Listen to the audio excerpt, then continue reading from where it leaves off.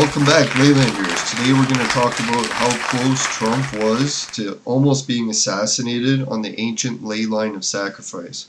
Now, some of my viewers want to know exactly how close it was, so we'll take a look at it right on a ley line map and just give the viewers that have just tuned in a little brief history of what the ley line of sacrifice is and some of my new information about it. So there's Butler, where the near assassination took place. We'll take out a ruler and we'll measure from Butler, just a rough estimate how far, and it's 192. I think the closest I had it was roughly 180 miles, so that's about how far it was. If anyone's wondering, the JFK assassination in Dallas, Texas, let's see what that one was. We'll say roughly from Dallas, Texas. So that was a lot farther, like within 500 miles. So I'd say the Trump one was closer than the JFK one. For me personally, I'd be careful across this entire coastline because of how many things have happened in this region. People have just tuned in and haven't heard about the line of sacrifice before. Art Olivier was on the show with me and he talked about the September 11 connections.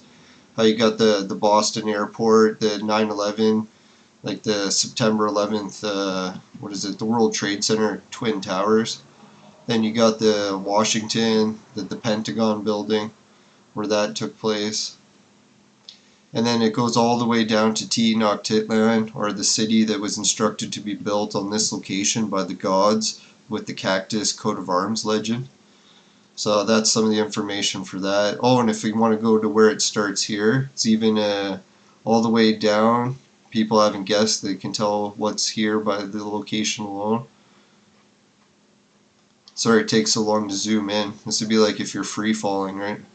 All the way down to Stonehenge. So that's Stonehenge, one end of the line. And it goes through a bunch of different other places that we got on some slides. So I guess we'll check that out next. Yeah, it talked about how this is the article from Wikipedia. The day it happened shows that Butler, Pennsylvania, look approximately 180 miles from the line of sacrifice, ley line.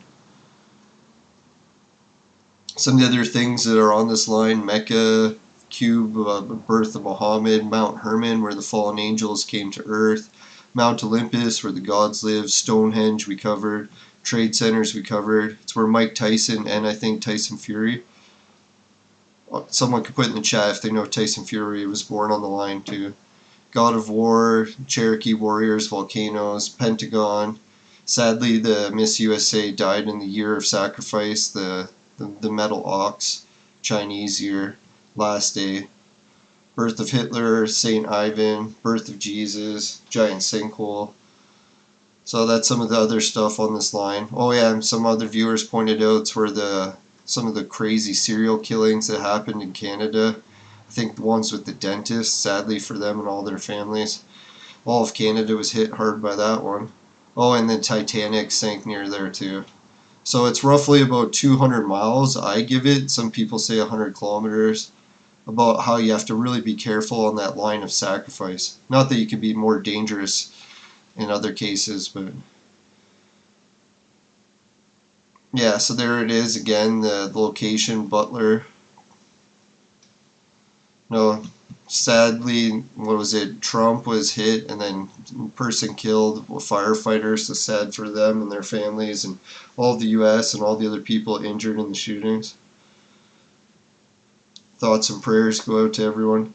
So here's we get into Moses. Here's where it gets biblical. Moses slaughtered the ram and took some of its blood and put it on the right ear. So then they say other places like the right hand, toe, but there's something about the right side of the altar. So we'll get into why that is. And we got into Cain and Abel, and they talked about how a farmer and a shepherd, when it came to sacrifices, it was the shepherd or horned beasts that worked better for sacrifices. And we can look into history and try to find out the information of why the horned beast works better for summoning God, according to the ancient sacrifice legends. Descendants, I don't condone sacrifice. Descendants beginning with Enoch, which we'll cover. So I guess we could even go back and cover Enoch. Enoch is where Cain apparently was separated. And why that's important, because that's the city Tenochtitlan right there in Mexico that could be involved with Cain, because it's got the whole Enoch name to it. And it's a very ancient city and built of stone, which we'll get into. There's sadly the Miss USA sacrifice on the last day of the year of the ox. We'll get into the ox and why that's always coming up. Alright, so here's again another biblical quote when it talks about there's blood on tip of the right ear. So we get into, that's really getting weird, right? Trump had this blood all over his right ear, getting cleansed, some sort of sacrifice offering. Yeah, so Cain, when he was banished, he had to go all the way Enoch and build that city that happened to be the Mexico coat of arms city, where the gods instructed a giant city to be built of stone. Just how like his curse, he couldn't build anymore, or he couldn't grow any more food, so the only way he could get it was to build a giant city of stone. Talked about the people trapped there, Tubal Cain, how he might have got it back on the ark.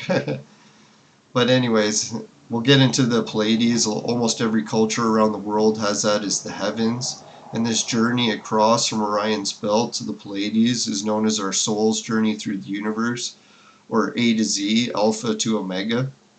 We'll come into where the Alpha to Omega comes in. So Alpha, that's where we get the horned beast, or Aleph. And that's known as the sacrifice needed to reach the final journey through to heaven, Omega. And then the journey where the creator is at the center, the multiple arms to symbolize the spinning, or the red circle around the celestial equator. We'll get into that in a sec. Alpha to Omega, or A to Z. So basically our whole alphabet, anytime anyone talks or uses it, is actually telling the story about our creation, our meaning of life on Earth. It's part of our very alphabet history. Oh, and Anubis is the god that guides. Not only in Egypt, but the Aztec had their own version of a black Anubis dog, Zotl. Alright, so you can check and you can see the ram is found in the Egypt stuff, in Asia, in First Nations. People all knew that Taurus or anything was part of the horned beast ritual. Now it's funny when you talk about Jesus, how he was supposed to come to the earth and stop this horned beast ritual because people would no longer need to do it to reach the Pleiades. So when they talk about Jesus being the new Alpha to Omega, they talk about him replacing this Alpha to Omega. Like this Alpha to Omega. This one was going to get replaced with Jesus, right? Ironically, him on the cross is the same symbology as this, the creator spinning on the celestial equator. Alright, so there we get into the multiple arms. You've seen it in Phoenician statues as well, or you also have the angels, how they have the 4 arms or wings. And you got the sacrifice with that symbology taking place in Tenochtitlan, the same symbology with the X spinning celestial equator. Now people are trying to say like, oh wow, we're looking at the winged disc as this being an explanation for that and why that's a big thing. Because it's also Freemasons talk about this as being the secret meaning to Freemasonry. The winged disc god, or the Sumerian, the celestial equator with the multiple arm being creator in the center. So here we show that the celestial equator mapped on the planet today with all the tilts and axes and everything is quite an interesting match for the current ley line map. So that's where you get the connection between the ley lines and the actual celestial equator from the winged disc god. Now other people want to know how come the ancient sites don't match everything perfectly. Like why not the ancient site ley line matching today's gravity well ley lines?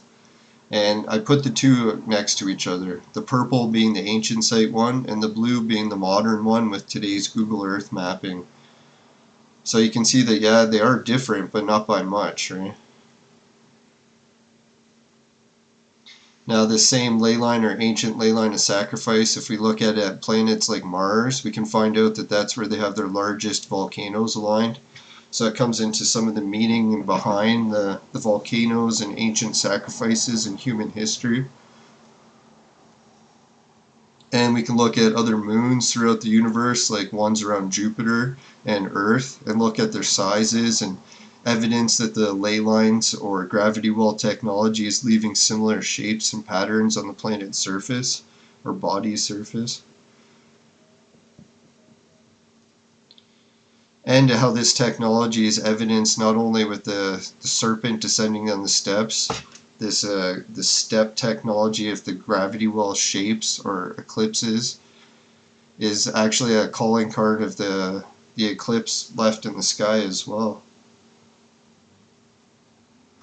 And the legends about ancient giants and sacrifice is actually the very core of our planet, with the turtle and the giant's head being tied to the turtle's tail, found in Hindu and Chinese and peoples of the Americas.